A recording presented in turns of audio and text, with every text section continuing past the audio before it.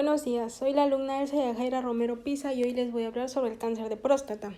Bueno, como introducción tenemos que el cáncer de próstata es un tumor maligno que afecta solo a los hombres y que se origina en las glándulas prostáticas. Es un cáncer de los más habituales y en la mayoría de los casos se limita a esa parte del cuerpo, aunque en ocasiones puede ser más agresivo y extenderse a otras zonas, o crecer muy lento y no provocar síntomas ni problemas durante años. En su epidemiología tenemos que en México es la segunda neoplasia más frecuente en varones, representa el 17% de los tumores malignos y es el más común en mayores de 65 años de edad. Tiene una tasa de mortalidad en varones mayores de 65 años de 71.7 por cada 100.000 habitantes. Sus factores de riesgo son presencia de un eje hipotálamo hipófisis gónada intacto, edad avanzada, alta ingesta de grasas animales y bajas en vegetales, antecedentes familiares de primera línea, ser fumador. La historia familiar tiene un papel muy importante, ya que tener 1, 2 o 3 familiares de primera línea afectados por la enfermedad aumenta el riesgo de desarrollar cáncer. En su cuadro clínico, el cáncer de próstata rara vez causa síntomas en sus fases tempranas, porque la mayor parte de los adenocarcinomas surgen de la zona periférica de las glándulas distantes de la uretra. Si el cáncer involucra la uretra o el cuello vesical, pueden producir síntomas obstructivos e irritativos urinarios. La invasión del local hacia el trígono vesical puede obstruir los uréteres y causar falla renal. En caso de obstruir los conductos eyaculadores, puede producir hematospermia y disminución del volumen eyaculatorio. Uno de los sitios más comunes de afección metastásicas es el esqueleto axial y los huesos largos proximales, en donde puede causar dolor óseo en estos sitios y anemia al reemplazar la médula ósea. Puede haber edema del miembro inferior si hay involucro de los ganglios linfáticos pélvicos y comprensión de las venas ilíacas. Hay hallazgos más raros de la enfermedad metastásica, como son fibrosis retroperitoneal maligna por diseminación de células neoplásicas por los linfáticos periuretrales, síndromes paraneoplásicos y coagulación intravascular diseminada. En su diagnóstico, la mayoría de los pacientes son diagnosticados por sospecha en el tracto rectal o por elevación del antígeno prostático específico que se realiza como escrutinio. La mayoría de los tumores surgen de la zona periférica y se palpan con el tracto rectal cuando el volumen alcanza los 0.2 centímetros. Un tracto rectal sospechoso es indicación de biopsia absoluta de próstata, ya que el 17% de los cánceres no elevan de forma significativa el antígeno prostático específico. El antígeno prostático específico es una proteasa de serina producida por el epitelio de la próstata y no es específico de cáncer de próstata. El nivel antígeno prostático específico son parámetros continuos.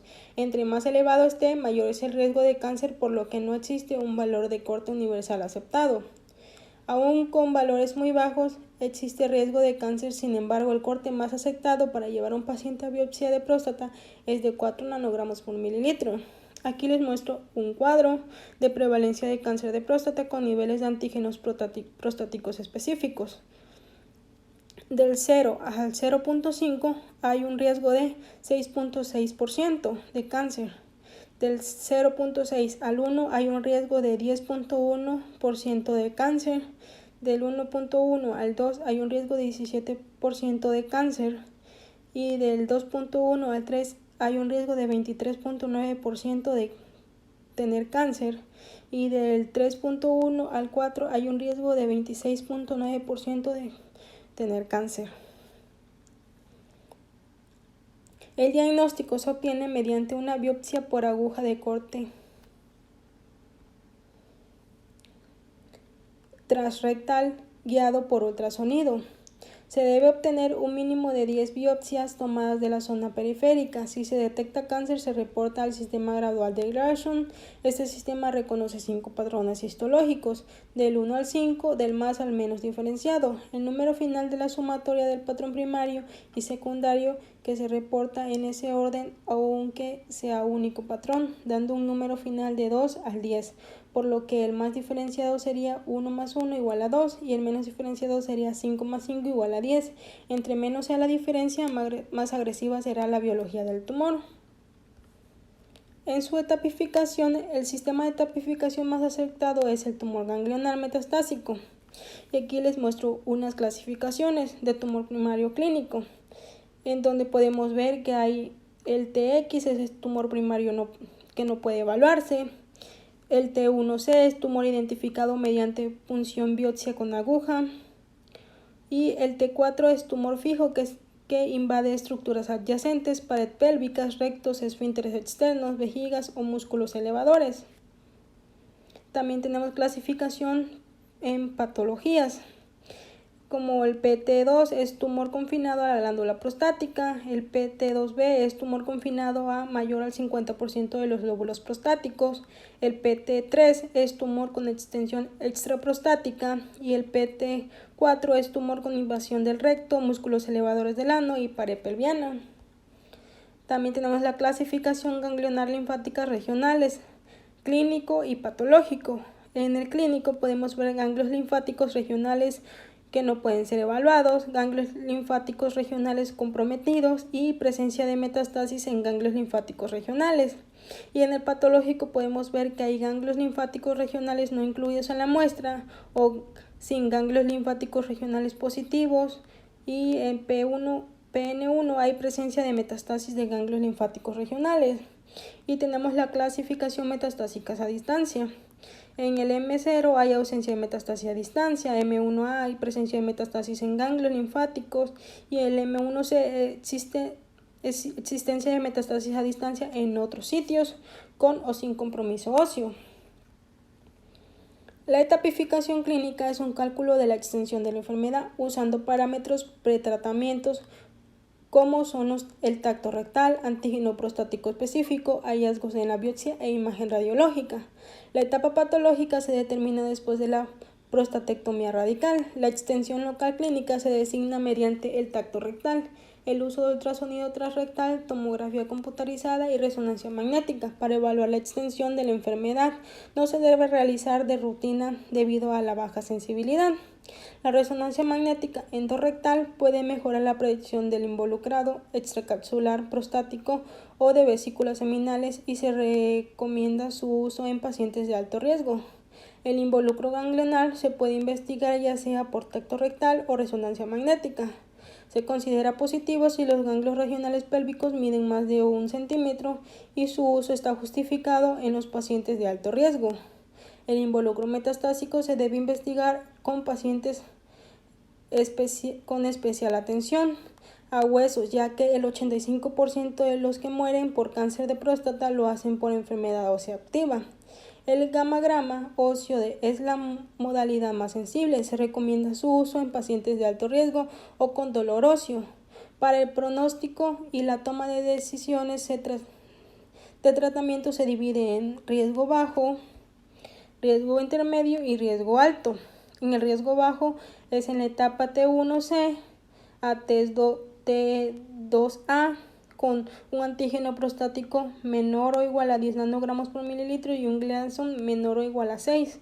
En riesgo intermedio es etapa T2B con un antígeno prostático mayor a 10 y menor a 20 nanogramos por mililitro o un Gleason de 7. Y en el riesgo alto es etapa de T2C, un antígeno prostático específico de 20 nanogramos por mililitro o Gleason mayor o igual a 8.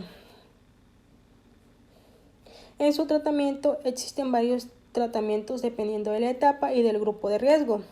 Las modalidades estándar con intentos curativos son las prostatectomía radical, la radioterapia externa y la braquiterapia.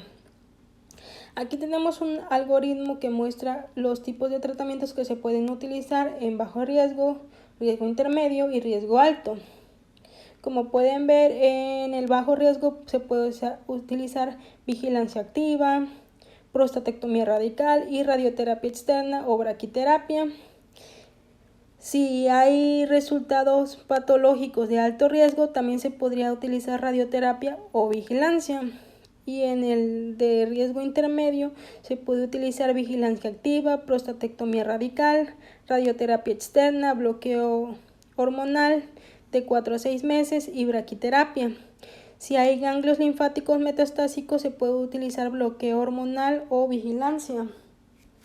Y en el de alto riesgo, se puede utilizar radioterapia externa más bloqueo hormonal por 2 o 3 años o prostatectomía radical.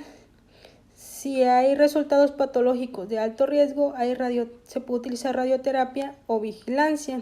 Y si hay ganglios linfáticos metastásicos, se puede hacer un bloqueo hormonal o vigilancia. En el T3B4 se puede utilizar radioterapia externa más bloqueo hormonal por 2 o 3 años, prostatectomía radial o bloqueo hormonal. Si hay resultados patológicos de alto riesgo, también se puede utilizar la radioterapia o vigilancia. Si hay ganglios linfáticos metastásicos, se puede utilizar el bloqueo hormonal o la vigilancia. En cualquier TN1M0 se puede utilizar bloqueo hormonal o radioterapia externa más bloqueo hormonal por 2 o 3 años. Y en cualquier TNM1 se puede utilizar el bloqueo hormonal. La prostatectomía radical es un tratamiento apropiado para cualquier paciente cuyo tumor esté clínicamente confinado a la próstata, pero debido a la potencial morbilidad perioperatoria de la prostatectomía radical, se debe reservar para los pacientes que tengan una expectativa de vida mayor a 10 años. Esto se basa con el hecho de que menos del 10% de los pacientes con cáncer de próstata de bajo riesgo morirá por el cáncer a 20 años. La próstata radical se puede realizar de forma abierta, retropúbica, perineal o por la laparoscopía asistida por robot. También se puede utilizar la radioterapia externa, que ha evolucionado en las últimas décadas y es posible dar mayor dosis de radiación con menos toxicidad usando los equipos de intensidad modulada. Este aumento de dosis de radiación de 75-80 grains permite tener tasas de éxito mayor a cuando se usaban 70 grains. La inclusión en el campo de radiación de los ganglios pélvicos y el uso de bloqueo androgénico depende del grupo de riesgo. Al grupo de riesgo intermedio se administra androgénicos neoadyuvantes concomitantes adyuvantes por 4 a 6 meses, mientras que en el de riesgo alto se incluye radiación a los ganglios y androgénicos por 2 a 3 años. La radioterapia externa también se puede usar de manera adyuvante o de salvamento después de una prostatectomía radical. Se han demostrado en estudios retrospectivos que si se administra la radioterapia externa con salvamento solo en quienes muestran elevación del antígeno prostático específico, casi la mitad tendrá buena respuesta, mostrando mejores resultados que si se administra de forma temprana con un antígeno prostático menor de 2 nanogramos por mililitro. Y en la braquiterapia involucra la colocación de semillas en la próstata. La mayor parte de los centros usan implantes permanentes y estos van perdiendo su reactividad de manera gradual. El pequeño campo de radiación que emite esta semilla ayuda a evitar grandes dosis de radiación a estructuras vecinas como la vejiga y el recto. La braquiterapia como monoterapia está reservada para los pacientes de riesgo bajo. La dosis recomendada son de 145 grains para el yodo, 125 y 125 grains para el paladio, 103. Para los pacientes de riesgo intermedio se puede combinar con la radiología externa usando una dosis de 110 y 100 grains para yodo, 125 y paladio respectivamente. La vigilancia activa es una de las opciones en los pacientes que se considera tienen un cáncer de próstata clínicamente insignificante. Estos tumores incluyen T1C, Gleason menor o igual a 6, menos de 3 cilindros positivos, menos o igual a 50% del cilindro y densidad de antígenos prostáticos específicos menor a 0.15 nanogramos por mililitros por gramo. Sin embargo, estos criterios no garantizan que en realidad sea un cáncer insignificante, ya que en realidad puede tener enfermedad extraprostática. La vigilancia activa consiste en revisar los niveles antígenos prostáticos específicos, realizar tacto rectal cada 3 o 4 meses y hacer una nueva biopsia de próstata cada año. Si se observa progresión de la enfermedad, se recomienda cambiar a una terapia con intento curativo. En pacientes con enfermedades más avanzadas o metastásicas, el tratamiento más usado es el androgénico. Se usa agonista o antagonista de las hormonas liberadoras de la hormona luteinizante u orquiectina prostatectomía bilateral, que es la castración quirúrgica. Y en su pronóstico tenemos que ante un tratamiento de los grupos de riesgo ya expuesto, predice el porcentaje de pacientes que están libres de progresión a 10 años después de prostatectomía radical, con 83% en bajo riesgo, 46% en intermedio y 29% en alto riesgo. En el siguiente cuadro se expone el porcentaje de pacientes libres de progresión bioquímica a 7 años después de una prostatectomía radical, donde se observa que los factores pronósticos más importantes fueron la etapa patológica, el grado de Gleason y los márgenes quirúrgicos. Una vez que el paciente presenta recaída bioquímica de la enfermedad según un corte de 304 pacientes que en la enfermedad desarrollaron metástasis en un promedio de 8 años y que fallezca 5 años después de la aparición de la metástasis.